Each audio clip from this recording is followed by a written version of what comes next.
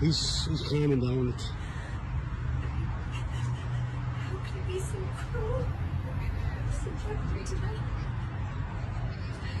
While we were surrounded by police, his father went straight to Manchester, to Dublin Airport, and took him straight to Manchester.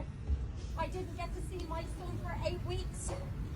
And This is a story about corruption, greed, power, and a failed Irish justice system that has had a devastating impact on many parents, including the one mother I will speak about today, who is Nicola Fox, fighting for justice, but most importantly, fighting for her son, Harry, to return home.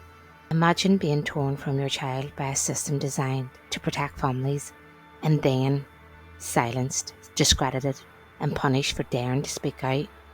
This is the sad reality for Nicola Fox, a devoted mother whose life has become a battleground for justice after her 6-year-old son Harry was tragically taken from her by the family court.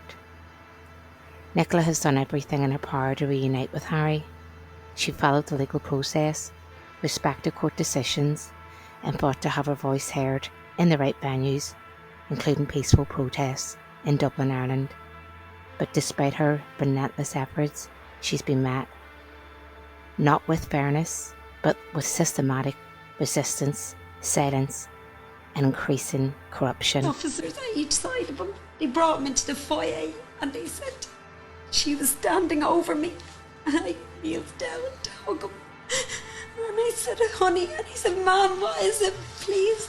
I said, honey, just gonna go with Daddy for a bit, okay? And he said, no, Mom, I don't want to go. I don't want to go, Mom, please. And he wrapped his arms around my neck. I was kneeling down to him. He was crying, and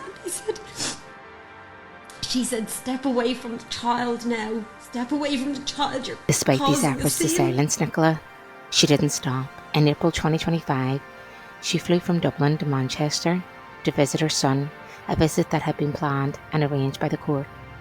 But what should have been a tender moment between a mother and her son turned into a nightmare. Nicola was arrested in front of Harry with no explanation and taken into custody. The only thing on Nicola's mind was how this has impacted her son. Nicola's father, Harry's grandfather, was also present at the time and asked police officers, "Where is my daughter being held?" The police officers on duty refused to provide that information. Fox has been arrested in the UK. So she has gone on her visitation to see her son, and when she landed at the airport, she has been arrested.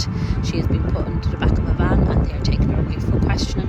She has asked for details. Her dad is there with her. Her dad's begging them to tell them where she's going. They won't even tell her what station she's going to, and they haven't said what they want her for, but they just said they had a few questions, and they put handcuffs on her and put her into the back of a van.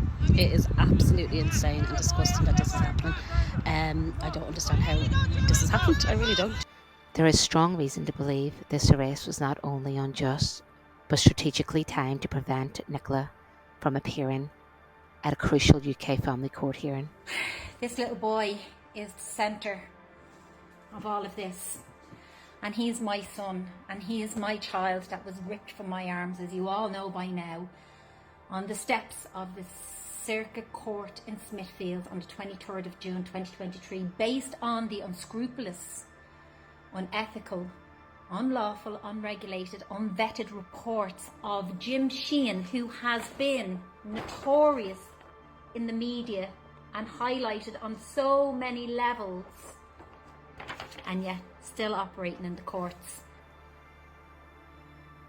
Jim Sheenan's involvement with parental annihilation has highlighted serious concerns within family law, particularly regarding how this concept is applied in custody and domestic abuse cases.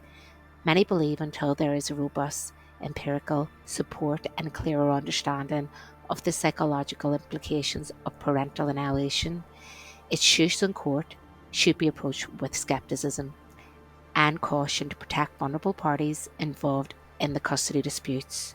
As ongoing reviews and discussions unfold, the impact of this concept continues to be a focal point in debates about family law reform. The emotional toll on Nicola has been immense, but the financial burden is overwhelming. The legal fees, court costs, and endless barriers have stretched her to the brink. She can't fight this alone. That's why your support matters. Whether it's through donation or by sharing her story, every action helps.